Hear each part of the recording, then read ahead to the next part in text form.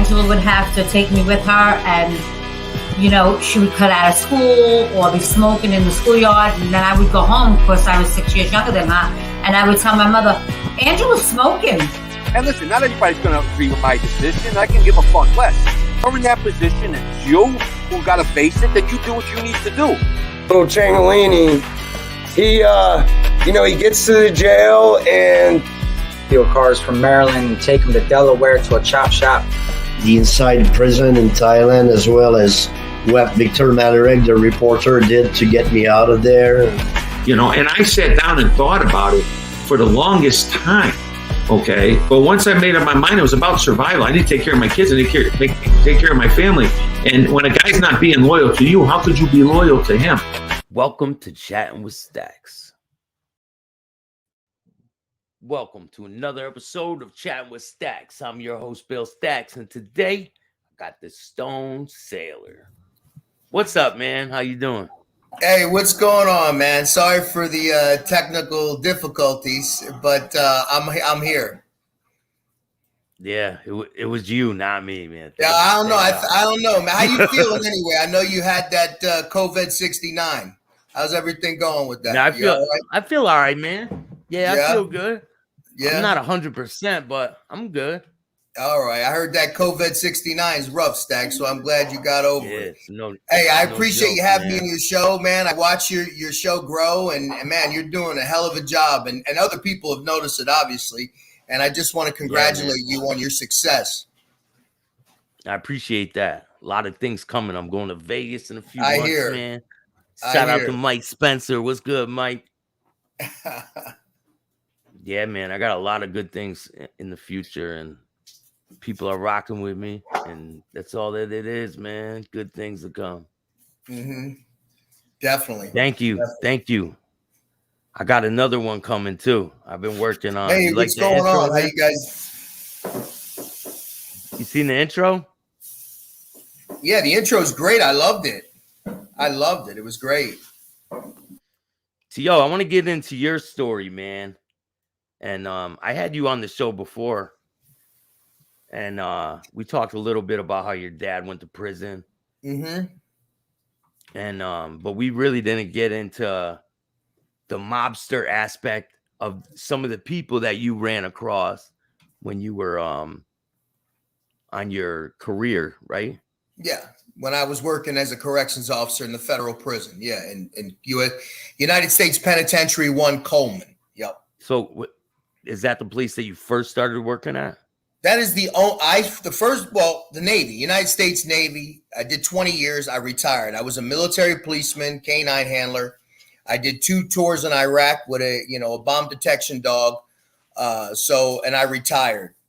Upon me retiring from the Navy, I decided, hey, I wanted, since I'd been working law enforcement and canine, and I'd been teaching. I was a firearms instructor. I was a self-defense instructor. I was a verbal judo instructor, all these, great qualifications. And I said, hey, and there was a couple different options I could have went. I was 38 years old, though.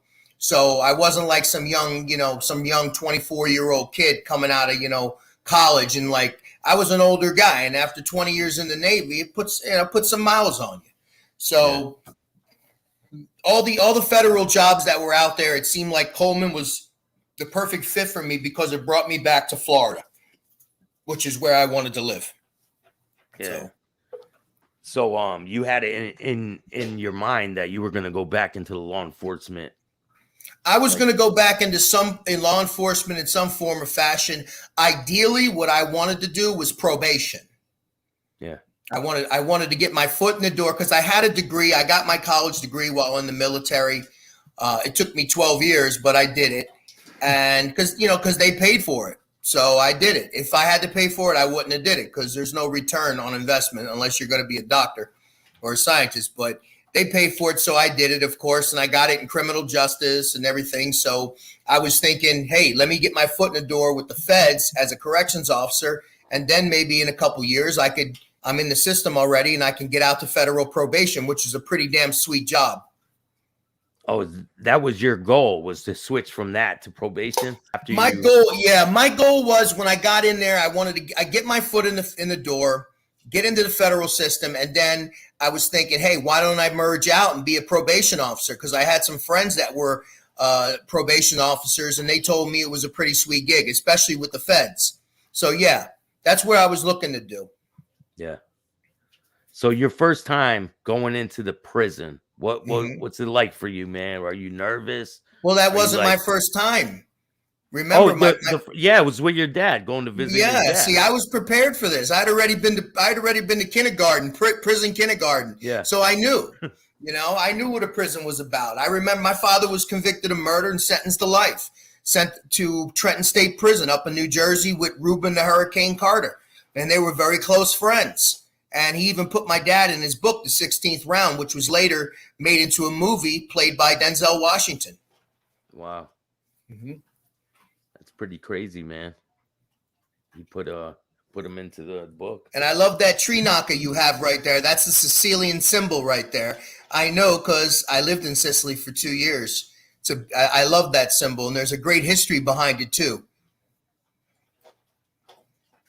Yeah, there's a lot of people that want to get it tattooed on their forehead just to let everyone know that they're Italian, right? Well, I don't think you have to go that far.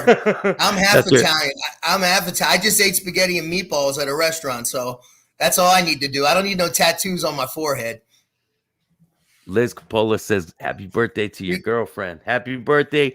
And my daughter's birthday today. Happy birthday to my daughter. Thank She's you. 17 Awesome. Today. Yeah, it's everybody's birthdays. It's great. Oh, I lived in Catania, Gianni. I lived there. I lived in Moda St. Anastasia. I lived in Moda, right up the hill. This guy's right here. I guarantee. I lived in Catania. Yeah, and I did. I lived in Moda and I lived in Catania. I used to all the time. Had some great memories there. Look, I got the flag in the background. Bam. I love it. And then I lived in Gaeta for 3 years. So I've been in the coast. I've been in Sicily and I lived in the coast. Did you just go there to visit? No, I was in the Navy. Oh, you went there for your job. I was stationed. Yeah, I went there. I was stationed. What was it like there? What was the job you did when you were over there? Let me tell you something. This was all I did was chase beautiful Italian women and go to nightclubs. This was before 9/11. Listen, I felt at that point in time in my military career, I felt if I get out, I'm going to have to write them a check because they paid me to do this shit. Like, I think I owe them money. The shit I've been doing, like, just having fun and everything. And then the Trade Center happened and, we went into this war on terrorism and that was the last of it. All those, real good times and being able to really enjoy yourself overseas got, curtailed a lot because they're in fear of the terrorism. Yeah. Thank you so much, Liz. I appreciate it. Oh, it's your daughter's birthday. Okay, good. Yeah, man. She's 17 today. That's wild. Good. Wow. What a wonderful day. I remember the day she was born. I changed her first diaper. It was good for you, man. Good for you, being man. a father. I like that. See, I don't think I could do. I don't think I could. I would pass out if I saw a diaper. If I smelled it. I came a long way, man. I'm sure you did. I know. When it's yours, it's different. I know. It's a whole different game. Yeah, I had a beautiful time. So, who are some of the first people that you recognized as like well-known criminals from your time working there in the federal system? I recognized, I knew who Karakopka was. I knew who Leonard Pelletier was. Now, Leonard Pelletier he's not a gangster or a mobster. He's a Native American. Yep, Stephen Karakopka is the one I knew. And that's the other mafia cop with him, Louis Eppolito. Karakopka's the one on the right, right? The one on the right is Karakopka. That's the one that I knew. Yeah. The one on the left is his partner in crime. Yeah, they're both dead. Oh, Eppolito died? Yeah, they both passed away. Yeah. Okay. All right. Well, rest in peace then. So when you come across these people, are you stationed where they're living, or like what's your? Well, I'm the housing unit officer, and I'm on whatever H block, Charlie block, Bravo block, whatever, and I'm the housing unit officer, and I'm there 8 a.m. to 4, or 4 to midnight, or whatever, or midnight to 8, and I'm handing them mail, sending them the chow, and Give them razors and stuff like that. giving them, right? giving them, stuff, shit like that, and you get to know. I'm sitting out there. There's TVs. I talk to people because I'm just naturally like that. And I knew who everybody was. And I was, like I said, I wasn't some babe in the woods, lost deer in the woods. I was prepared for it. My father prepared me for that for years. My father gave me great advice before I worked in the prison. Always, he always taught me things. He taught me things like how to hide drugs and money and guns and shit like that, and how to get away with a murder, hypothetically, like if what you would have to do and shit. My father would never teach me anything. It was always like, oh, bleach kills DNA. Like he was giving me like crazy shit. And I was always as a kid, I was like, listen, I want nothing to do with that shit, period. Bad enough, the guy you killed retaliated and killed my sister, burnt our house down to the ground. So do you want to talk about the situation with whatever you want to talk about, Staxx? So anything. Let's talk about the situation that got your father locked up, and how old were you when all that happened? And from the situation that you heard, what's the story that you heard? Well, the story I heard, I was there, so it wasn't like I was a baby, but my sister was older. She used to take care of me. She was a couple years older. I was a baby. 4 or 5 years old. My father was always in and out of trouble. It wasn't like he was a shot a burglar or something like that. It wasn't no shit like that. He was always in the underworld. He was a gambler. He was a loan shark. He was a con artist. He was a pool hustler. He was a bag man. He was a drug dealer. He used to pimp girls. Anything to make a fucking dollar. Crap games. He used to have my mom cook, and he would hold crap games down in the cellar and fill it in South Philadelphia. So he was always into shit like that, but he and because of that lifestyle and the people that he surrounded himself with, put him in situations where, he was using drugs. He was drinking. shit that people do in that life, and, I guess it was a drug deal gone bad or something, and my dad popped him and threw him in the trunk and tried to throw him over the bridge and going over in Jersey, crossing the bridge from Philly, and he got caught. It was just sloppy. He was fucked up. How old were you at the time? Oh, I was 4 or 5. Wow. Yeah. RV Docs, I'm having him back on the show, and there's going to be a lot of information. Stay tuned for that. It's coming soon. And thank you. Yeah, it was a great interview. I like that interview. I liked the guy yesterday. He made me laugh. I would hope he would open his mind up to cannabis, because I think he really needs it. Hey, some people need it. Some, I think it would relax him. Like right now, I have this nice blunt that I rolled earlier because I knew I was going to be on your show. So now I'm going to light it up. Hey, do you, man? I don't know why, but the emojis don't go on when you put them on. Sometimes they come out as a little square. It's weird. But yeah, anything you want to talk about, my brother? I appreciate you having me on. Bella Stormy, shout out to you. So after your dad gets in trouble, what happens with your sister? The situation there? Well, the person that he killed, their family retaliated. And how they retaliated is they bombed our house. And we lived in a row house in South Philadelphia. The house came down. My mother was only able to get me and hand me to a fireman on a fire escape. My sister ran into her room to get her dog, and the whole room collapsed. It's a horrible story. My poor mother was just, out of her mind for a long time. My mother's buried 2 children. I have a younger brother too. Damn, man, I'm sorry for your loss, bro. That's crazy. It's unfortunately, you have to learn how to deal. I've had to learn how to deal with losses in my life. When I was in the war, I lost friends, I lost family. My brother killed himself, became a heroin addict first, then killed himself. So I'm used to shit like this, Staxx. I've been divorced. I went through a horrible divorce once in my life. Me, I always try to look at things and just laugh. That's just my coping mechanism. I think that's the best advice. I at this point in time, I just look at it like, hey, I put a grin on my face and that's it. You know, I do the best I can, and I can't have any, you know, I can't waste time on, oh, why this happened and this and that. I just can't. I just refuse to waste time on that, you know? Just gotta I'm the same way, man. up. I keep it moving. I don't sit and dwell on anything. I've been through the ringer, man. And if I sat there like, oh, poor me, it gets you nowhere. Nowhere. Know? So when people tell me, oh my God, how did you live? How did your mother, how did you do? You live. That's what you do. You have no choice. You should live harder and better than you did before, because now you realize how quick it goes. And that's what I did. Me too, man. Take advantage of every positive situation so that I can better my future for my kid. And that's basically the plan to life, man, right?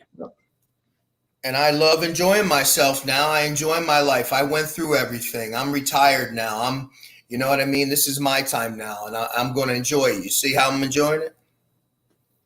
Hey, some people can do that, man. You know, me personally.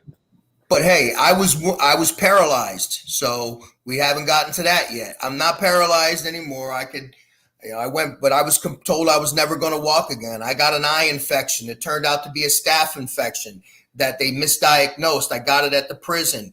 Then it went into my spine where it stayed and it manifested. 2 months later, what was it like? Just something went into your eye? From the prison. Staph. What happened was I got staph infection. I was working at the prison 7 years. I got staph. From like touching the doorknob or something and then rubbing your eye, right? Absolutely. Exactly. Touching a doorknob, touching anything. That's why you can't, it's so hard legally to prove it, because you can get it from a men's room. You can get it from the gym. It's so hard to do it. But what other industrial environment do I go in other than work at a prison for 8 hours a day? Right. Okay. Yeah. So I got it. It got in my eye. My eyes got infected, but they weren't infected. It looked like pink eye, but then it went into something else, Staxx. It was bleeding. I was like bleeding tears, like a horror movie, like a character. Wow. You know? And from that point, I went and they're like, oh my goodness, this isn't pink eye. This is staph infection. So then they gave me pills and they treated me. It's all right, Joe. And they treated me right. And it went away on my eyes, but it didn't fully die. It went and it manifested in my spine. And it went into my T6, which is your thoracic 6. And it went in there. So it can move around in your body once it's in your eye. It can move around. It's an infection. Oh, fuck out of here. It's an infection. That is crazy, man. Yeah. Yeah. And then, they told me I was never going to walk again. I had emergency surgery. They had to cut me open. I'm filleted down my spine. But I was told I was never, hey, there he is. Hey, shout out to Code of the Streets. Go check out AmericaClothing.com. You make me want to wash my hands right now, bro. For real. Wash your balls. Bro, I'm washing everything. I want to wash everything right now, man. Get the sanitizer. Where is it? That's crazy, man. Shout out to Double Dare Entertainment too, J Dubs, man. I like that Double Dare. He had a similar situation to you, I think, man. Yeah. He didn't really know what caused his paralysis. Yeah, but they told me I was never. He assumed it was from an accident. No, but you know what? They told me I would never walk. I would never use my penis again or anything. And guess what? 3 years later, I was in a wheelchair for 1.5 years. I was on a walker, all this. I was wearing a diaper. 3 years later, none of that. I'm up on my feet. I could walk. I walk like I'm drunk. To tell you the truth, if you saw me walk, you would think I was DUI, like I was drunk. Like if you saw me walk, like I can't walk the line. Like if they ever I would have to refuse a fucking sobriety test. You're like kind of jittery, right? Little jittery. No, because I have nerve. What I have is I have nerve damage, right? And I have a nerve damage, which because the it's going to be gross, but the pus from the infection in my spinal cord, the pus dripped down and went down my spinal cord. And that spinal cord is so sensitive. Just the slightest tingle, you understand? The slightest disturbance could fuck you up forever and cause permanent nerve damage. And that's what happened. My feelings came back, but with the feeling came back, the pain came because I had to pay for the real estate. So for 7 months, I had no feeling, nothing. I couldn't move. Then all of a sudden, my little toe on my big toe on my left foot started moving. Then it was an amazing moment because once again, the doctor told me on the hospital bed when they wheeled me in, you're never going to walk again, Farlow. I'm concerned about your waist up now. I got to save that. And I was just like, what? I couldn't comprehend it. And when he told me that, the guy looked like Richard Dreyfuss from Jaws. Remember Richard Dreyfuss in Jaws when he was like thinner, but he was like, like that. Yeah. And he had that look. He had that beard, and he had and everything. And he was like, you're never going to walk again. And you need to accept that. I have to save you from the waist up. You have a massive infection on your spine and blah, blah, blah. And then the lady goes, how much do you weigh? I said, as much as an elephant. I want you to kill me. That's what I told the doctor that gives you the anesthesiologist. How quick of a time period did this happen from you getting a staph infection in your eye to you being able to not 3 months. 3 months. Because after they cured, it took about a month and a half for this to heal.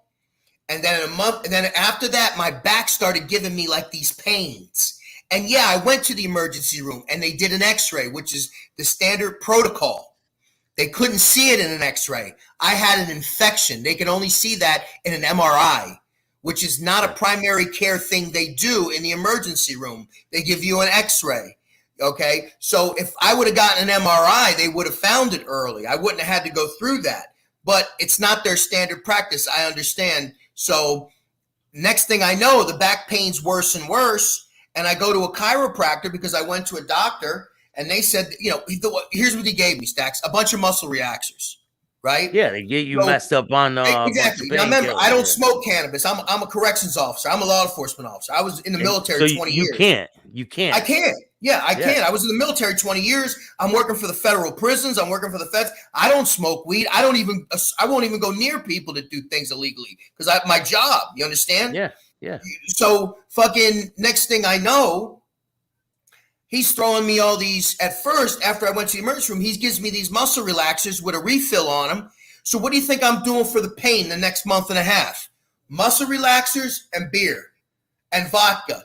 So I'm intensive, but it's masking my pain because that's the only fucking way I can get up to go to work. Yeah. So I was taking the muscle relaxers and drinking with it just to kill the pain. And then a month and a half later, I wake up, I peed my pants and I can't move my legs. And my girlfriend had to call 911. Wow. You probably freaking out at the time, right? I woke up before and couldn't move my legs. Really? I've had it. Yeah, I was a young kid though. Oh, and okay. It was a whole situation that happened, but I couldn't move my legs, man. I just woke up and couldn't move my legs, and I couldn't move. I couldn't feel nothing. You could have kicked me in the legs. Oh my God, I wouldn't have felt nothing. Yeah, benzos and alcohol, but I was under so much pain that the doctor's telling me, hey, your back's got damage on it. Because I had prior back problems from being in the military. So I had like back issues. I had a degenerative disc and all that shit. So to me, it was like, well, I guess my back is just getting worse. I'm going to probably need to get an operation because of my disc. But it wasn't. It was an infection. Yeah. Yo, when you were in the military, is there any situations that stand out in your mind? Yeah. There's quite a few. You got any you want to talk about? Well, let's say being in the war, looking for explosives with a dog. I was a canine handler, having to go out there and sweep buildings and roads and just relying on a dog who cannot talk to you verbally. You have to read their nonverbal cues, which you train, which you learn to do. in order to know if your next step is going to be your last. And you also got a whole platoon of guys behind you depending on you. So their lives and your life are all in the hands or in the paws of a dog. Yeah. And doing that every day, day in and day out, where you prayed to God when you went to breakfast that you were going to make it to lunch. And then when you went to lunch, you prayed to God you were going to make it to dinner. In that type of environment for 14 months, okay, day in and day out, 2 tours. It's enough to drive to make anyone crazy. Especially now add in the combat being shot at, right? Missiles coming at you, mortars being mortared all fucking day and night at your little camp where you're at. The mortars were coming. I mean, I had a friend that was just completely split in half with a mortar carrying some Chinese food that they had flown in for us to treat us, just to treat us. Okay. So I have good memories and I have really bad memories that stand out. When you're first going over there, was it a crazy culture shock to you? Or you're like, where the hell am I?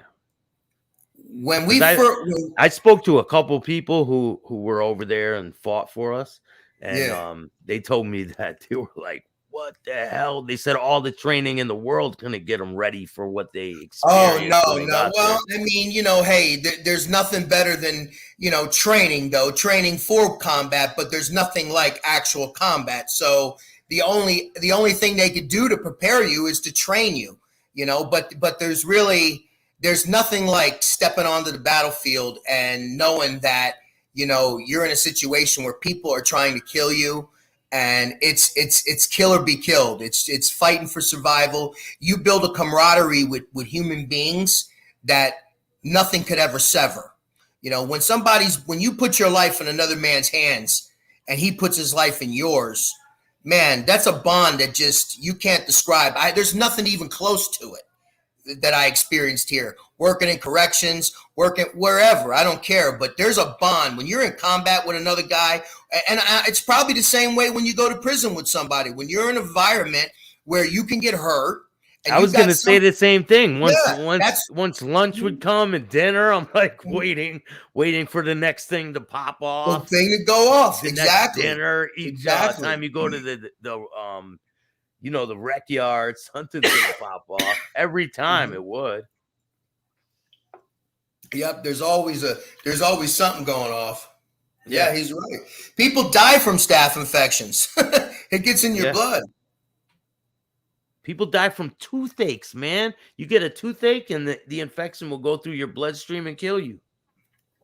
Yeah. But that PTSD is real. And I used to see it. I have PTSD. When I come home, when I got a job in the prison, I know the signs and symptoms. I know the looks because I have it. And I would see it on inmates all the time. And I'd be like, oh, there you go. There's PTSD. I could see it. So I knew how to deal with people better because I have it.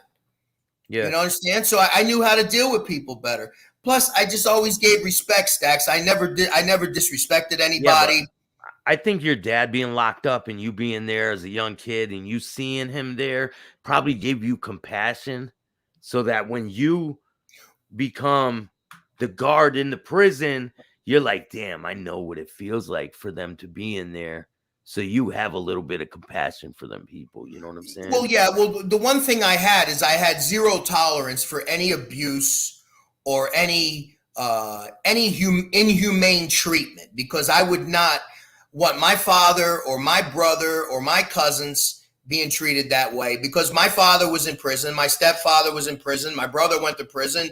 Everyone in my family went to prison, including me. I just went as an officer. But they always said that I was going to go anyway, and they turned out to be right. See, my whole life, they told me I was a piece of garbage, right? And that you're going to go to prison?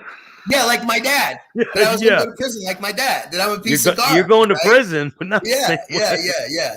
Well, I joined the Navy out of high school, and my life's been a miracle ever since. And yeah, they were right. I did go to prison, but I went as a corrections officer, not as a prisoner. And that's why I would never take a bribe. I would never take a dime that wasn't mine. I would never do anything illegal because I would never want to give those people the satisfaction of seeing my name in the news and going, there he goes, just like his dad. So to all those people out there, fuck you. Hell yeah, man. It's awesome that you can do that. Yeah, exactly. You dated an anesthesiologist. Did you put her to sleep? Oh, that was a good one. Oh, But damn! You've been through a lot of shit in your life, man. I told you, my dad was Joey Merlino. Hey, my dad was Joey Merlino's cellmate. Really? Which time? The first bid he did on the armored car thing. Joey's father, Chucky, was my friend. Joey's father was the underboss. When Joey got convicted of the armored car, my father was up in Trenton and he went and talked to him and said, hey, look out for my son when he gets there. You know, like, you know, take, and he said, yeah, he'll go with me. And he brought him in. And Joey was a young kid then. And he knows my father very well, actually. I got a picture of Chucky. Yeah, Joey. I never met him. He was at Coleman, but I never met him. I was at the Penn, working at the Penn. So by that time, I was on my way out. But listen, I've had 2 inmates stop me and ask me, "Are you Zeke's son?" Swear to God. While I was in prison, they saw my last name. And you had to tell the administration, right? Absolutely. The administration knew ahead of time. But like they already knew because it's in my background. But if someone made contact with me, yes, I would have to go and tell the Internal Affairs, SIS, okay, Special Investigative Service. I would have to go talk to them and do a memo. And then they would ask me, do you want to be moved? Do you feel like you're under threat? Are you going to treat him fair? And I'd say, absolutely. Yeah, my dad knew him, the father, and him, the son, yeah. Shout out to Joey Merlino. Yeah, shout out. Zeke says hello. So my dad knew him. He knew him really good. So they were together, and my dad, my dad's 86 now. He's got a new hip. Oh, he got sentenced to life, but we were able to get him out. Does he want to come on the show, man? Fuck no, he wouldn't. He wouldn't. Listen, you know how Staxx, he wouldn't even. Hey man, it don't hurt to ask, right? No, he's one of them. He's one of them guys. Look, when my dad caught a life sentence, the FBI came to him and asked him about 3 years into his sentence, if you help us with these cases, you'll walk out of here. And my dad tell him, go to hell. I swear to God. I mean, it's true. I mean, he and then after 15 years, he was able to argue and get a resentence. And because he was sentenced under the old code, and under the old code, it was life was 30 years, right? And he already served that time. Well, wait, under the old code, yeah, he was sentenced to life without parole. When he got resentenced to life with parole, which since he had 15 years, 8 months, automatically he went straight to the parole board. And he ended up getting out. That's great, man. And that was the last time he was in jail. He also did 4 years on an attempted murder a couple of years earlier. Listen, Staxx, my mother was pregnant with me. She told me the story. They did a drive-by on her house, shot the fucking house, almost killed my mother. My dad, like I said, he was into a lot of bad shit, and it was like fucking my whole life. I was just like, wow, like I just wanted a normal fucking family, like someone who drove a bus, someone who just came home. Like I would always like, and I just didn't have that. I had my dad. I had cousins that would, hide drugs and money in the house, like and shit. And my little brother though, we would steal, like peel a 20 off and shit when we were kids, because they would hide money. I remember the old Atari game. Yeah. The old one. My dad unscrewed that one time and threw cash in it and then screwed it back. And my little brother and I flipped it over one time. We see it, all the holes that are worn. Like, what the fuck? Like he was putting money in it. And we got a butter knife and started screwing it. Pulling them out of the little holes, like the little slot and shit. I swear, yeah, man. I swear. 6 surgeries, bullet holes. You've been shot before? I've been shot at. Thank God, never shot.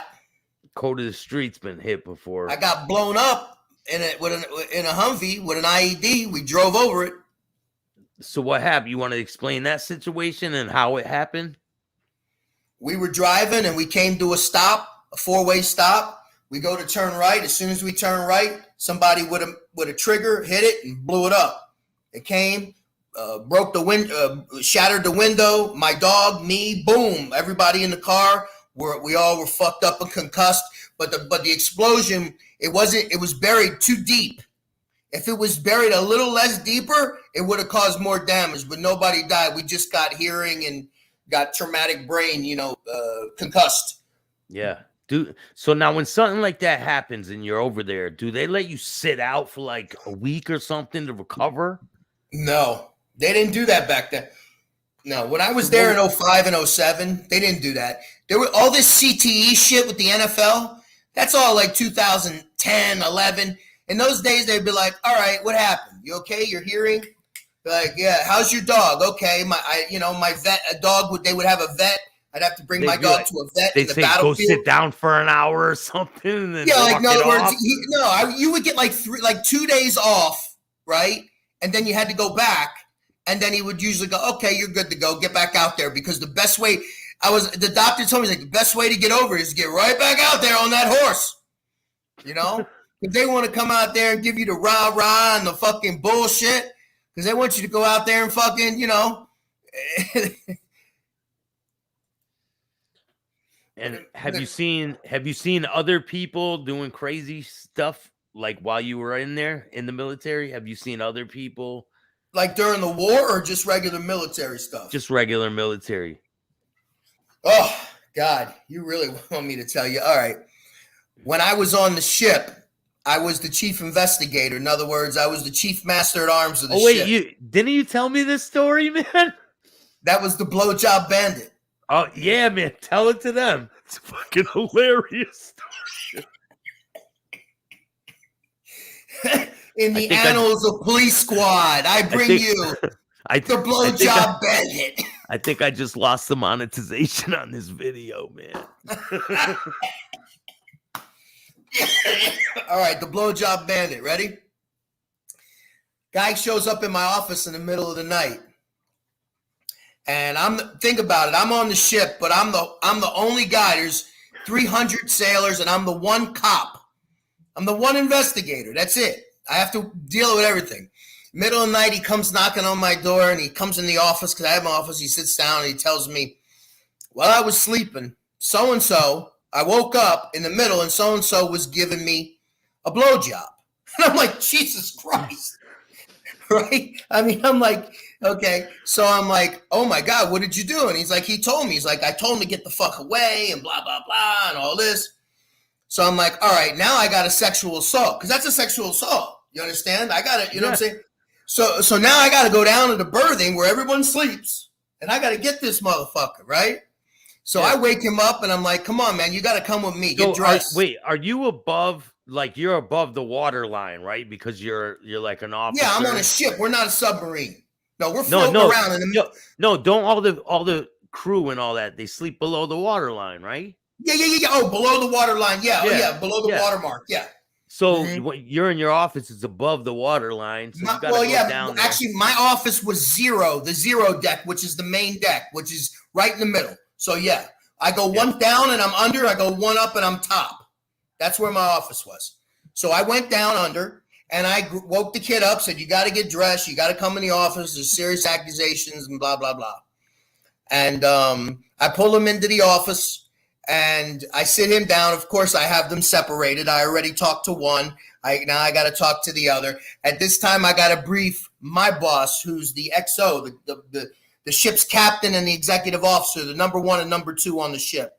And I would report directly to the number two. And then, of course, he would tell the number one because, so I work directly for him. So I call him on the phone and I said, this is what we got. And he's just like, what? And I said, okay, I'm going to interview them now. I got a statement from one a sworn statement. So right there, that was my It's the middle of probable the cause. night, right? It's the middle of This the was in night. the middle. Yeah, this was like 4 a.m. And then by the time I got a statement and everything, everyone was waking up 7. So I was finishing. So I had, it was middle of the night coming in the early morning. So then by the time I get this kid and bring him up, my executive officer is up now. He says, bring him up to my room, because they have their own staterooms on ships. And they're like penthouses. The captain and the XO, they have TVs, a shower. They got an exercise bike on the ship. Real nice wood grain shit. We sleep they got their own dining room. We sleep on the bottom of the fucking pit. We're under the waterline, right? Yeah, yeah. So he said, bring them in my office. So I bring them both in. And before I get to talk to the one, I just got the statement from the person making the accusation. So I didn't talk to the suspect yet. So I get them real quick. I get them both up there. So I stand them before my executive officer, and he's there, and he's looking at him. He's like, what the fuck's going like this? And I'm sitting there like this, and the kid he goes, he snuck in on me and I woke up and he was sucking my dick and blah, blah, blah. And I told him to get off and whatever. And the kid turns around and he goes, well, you've never complained about it before.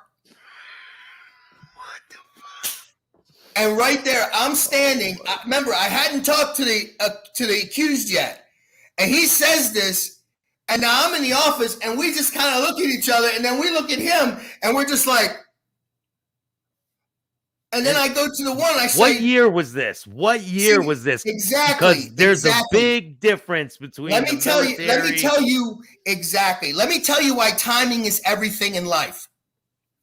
This was right about 2011, but they were already saying that the military was going to change. Obama was going to take out that rule.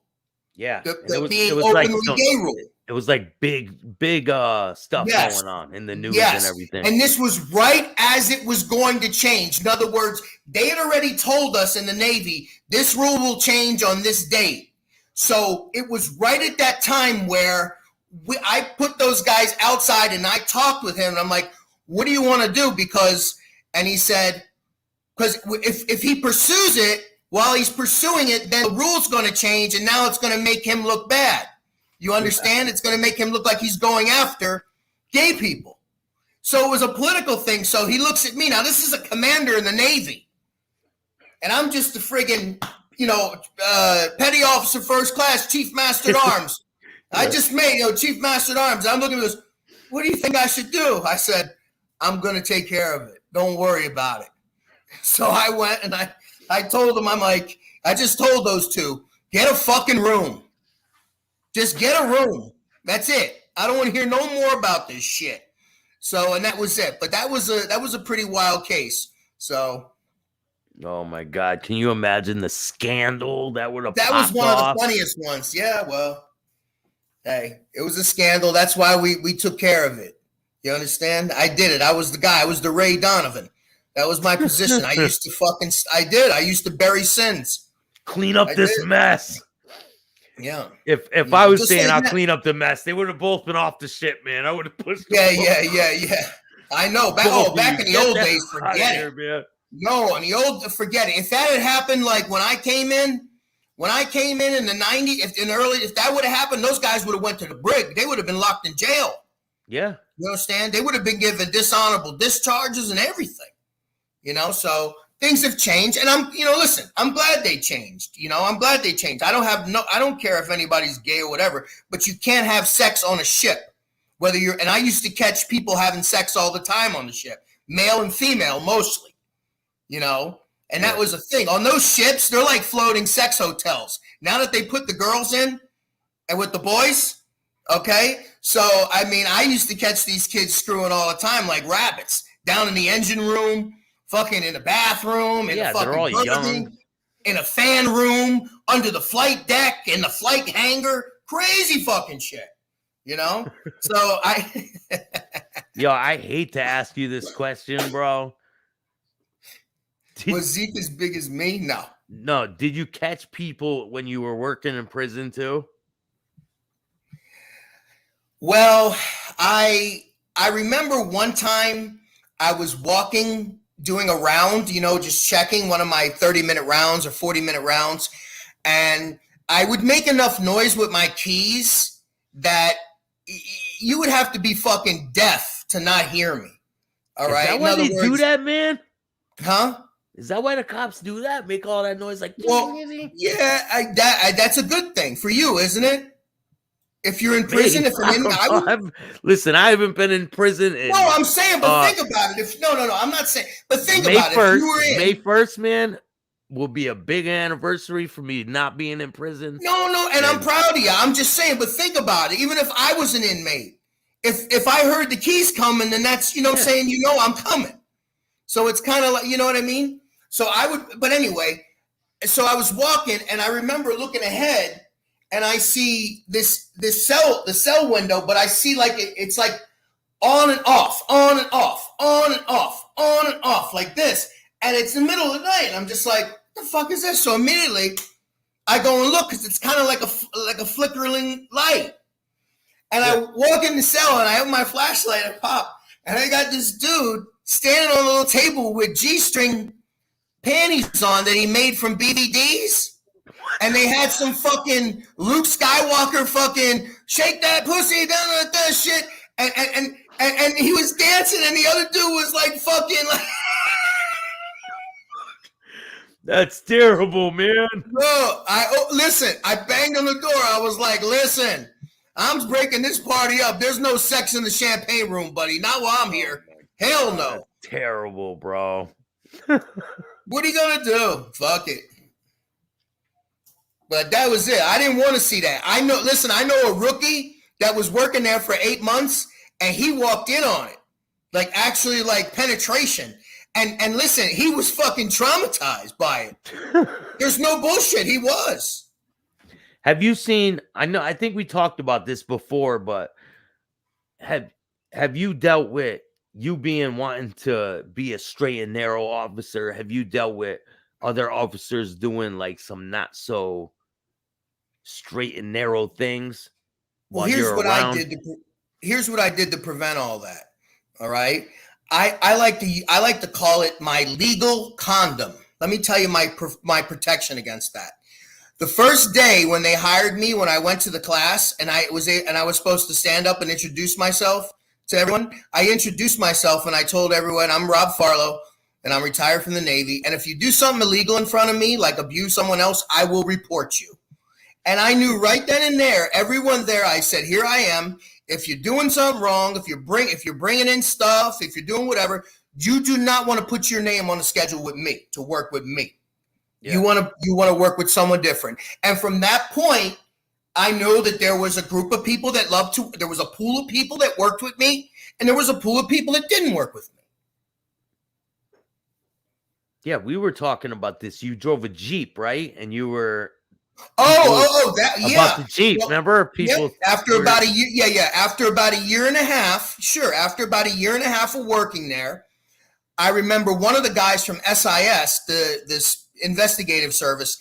I had a Jeep Wrangler, and it was a soft top, and I always kept the bikini top on it, and from that, I would park it in the parking lot, and I would go into work. And I remember one day I was there about a year and a half, maybe close to 2 years. One of the SIS techs pulled me aside and he goes, "Hey, Farlow, you might want to put a hard top on your Jeep." I'm like, "Why would I do that? This is Florida. It's Orlando. I bought this Jeep. I owned the Jeep like 7-8 years earlier. I bought it when I was in the military, but I bought it because I like the soft top and it's perfect for Florida. When it rains, you just zip up and that's it. But other than that, yeah." And I'm like, "Why would I put a hard top on?" He's like, "Well, you never know. Someone could plant something in your car." I'm like, "Why would somebody plant something in my car?" He's like, "Listen to me. You might want to drive another car or get a hard top. Someone might try to plant drugs in your car and then maybe put an anonymous tip in and He's bringing drugs into the building. Sure. And then we'll search your car and then they'll find the drugs." And I'm like, "Are you trying to tell me something?" He's like, "Well, you're not the most liked guy." That's what he told me. Oh, so they must have been talking about you regardless. Other people saying like, "Don't do shit around him. He'll tell on you." There was people like that. I don't want to say I was fucking Serpico, but that they wanted to get me killed in a fucking, am I the corrections officer Serpico that got paralyzed by staph infection? instead of shot in the fucking face. Yeah, they put staph infection into your coffee or something. They right? poisoned me with staph infection to get me out. Yeah, man, I'm feeling better, bro. No, but Definitely. yeah, he told me that. So he warned me. I never did. I don't give a fuck. What are they going to do? I'm like, whatever. I never let them fucking scare me. I didn't give a shit. I didn't care. So now that you got your mobility back somewhat, what's your plans for going forward with the podcast, with everything you got going? What's your ultimate goal and what do you got going on? That's a good question, Staxx. I don't know. I'm waiting for the universe to pull me, to be honest with you. I have plans, but you and I both know you make plans and God laughs. So I'll show you your plans. That's an old Hebrew Jewish expression. And it's very true. When you make plans, God laughs and things change. I do believe in fate, and I believe in putting things out to the universe. And everybody wants to be Joe Rogan. Everybody wants to be the next this and that. I'm just hoping to be what I'm meant to be, what my purpose is on this world. It's not work. It's not military anymore. It's not corrections or law enforcement anymore. My goal now is basically cannabis saved my life when they tried to hook me on pain pills when I was paralyzed. I tried cannabis. It saved my life. And everything they ever told me about it was a lie. I researched it. I learned the history of it. And I said to myself, me as a veteran, you promised that you would take care of me medically, but now when I go get my medical card, I have to pay money out of my pocket, something like $200 every 6 months. When I buy my cannabis at the dispensary, I got to come out of my pocket. But you said you would cover me and take care of me medically for the rest of my life because I did my time honorably. And you're not, because you refused to pay for my cannabis, and you still want to hold on to this Schedule 1 and say that it has no medical benefits, which everyone knows is absolutely ridiculous. 100% ridiculous that this is in the same class as heroin. Okay?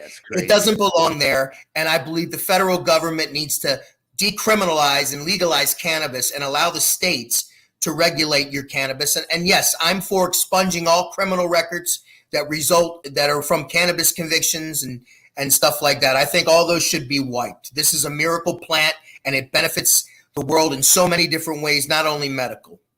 You said you seen somebody who got a life sentence for marijuana? George Mortorano.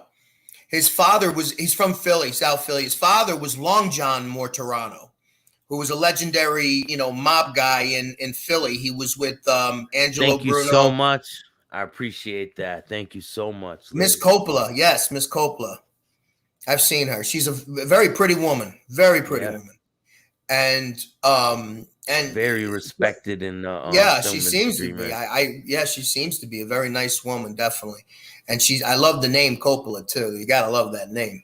So what was I talking about, Staxx?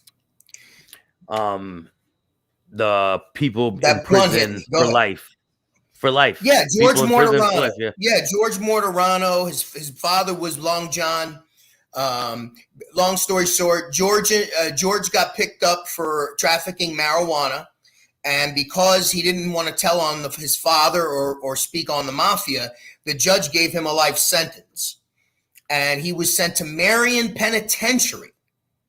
A nonviolent drug offender sent to a Marion Penitentiary back in the day when Marion was the Supermax, like the ADX is now, or USP up in Thompson, up in Illinois. That's another US Max penitentiary that the federal government has. You have ADX, you got Thompson. So they put him in Marion, which replaced Alcatraz as a Supermax, with John Gotti and all these other guys. Now, of course, his father was well known and respected, so was he. But this guy was thrown in the worst penitentiaries, and he had a life sentence, and he did 32 years. And this is just for marijuana. Finally, he got I don't want to say it was a commutation. I think it was a resentencing. They ended up hitting him. There were some laws that changed, and he was able to get out. But, man, they took their £1.50 of flesh on this guy. 32 years. There wasn't a person, officer or staff member in that fucking prison that did not want to see this guy released. Everyone wanted him to be released. He did the most time there, longer than any of the workers or It was anybody. what they did to him was a crime. Yeah, they stole that man's life. Make him walk the plank. Tell him get in the bathroom. Yeah, make him walk the plank. How about that cop, Volpe? Remember Volpe, the one that shoved the broomstick up Abner Ruina's ass? Remember Crazy, him? Man, that was terrible. I had him too. Justin Volpe. That cop? Yeah, I had him. Mm-hmm. How did they treat him in prison? At the beginning, not good, but then he, as time went on, you know, I believe they were paying protection for him for a while to give him protection at first. But at Coleman, he was at the low and he was fine. You got to remember, at the low in Coleman, you have child molesters, you have informants and things like that. Little Mario. But you also have guys, legitimate gang guys, doing like small bids. So they throw them all together in Coleman. So it's pretty safe. It's a neutral area but you got a lot of chomos there. You got a lot of white collar, and you got a lot of cops, ex-law enforcement and stuff in there. Yeah. Is the whole prison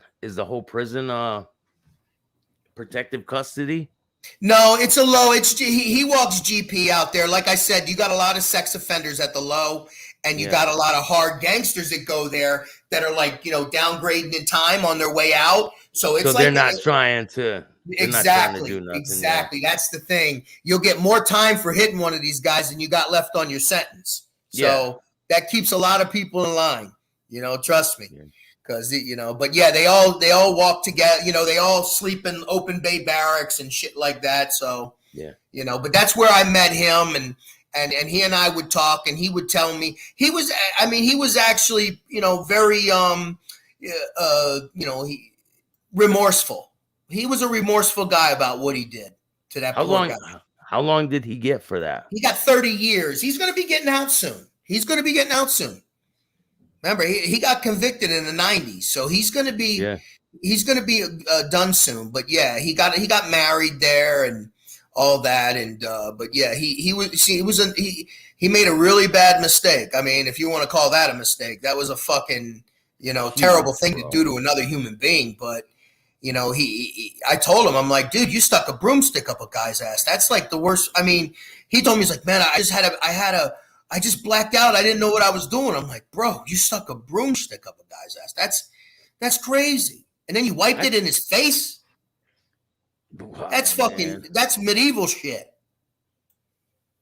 Well, I mean, I know some people that probably needs to be done to. Yeah, but this guy wasn't him. It wasn't this guy. I know. It needs to get done to the people. I mean, if he did it to that cocksucker Larry Nasser, yeah, okay, he stuck a broomstick up Larry Nasser. Good.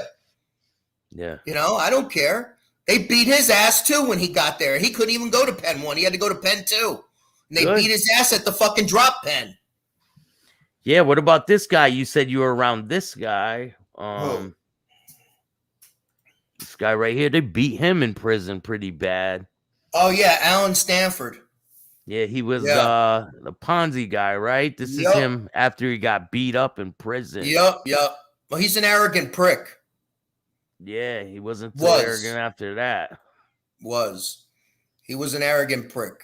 Yeah, they beat him down, man. Well, he pays for protection, so he rents his own cell. He don't have a cellie, and half of his cell was stacked with legal work. Like, I mean, literally, like stacked like 6 feet high because he pays to have his own cell. You understand? And then he pays protection.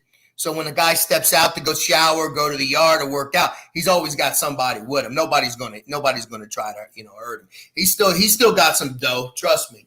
Because they want that money, man. Well, he ain't giving it up. Remember now, if you read his story, I believe he has citizenship in Bermuda or something. He did some shit like that where he's a Bermuda citizen, like to hide money and taxes and shit. He was an arrogant guy. He was an arrogant prick.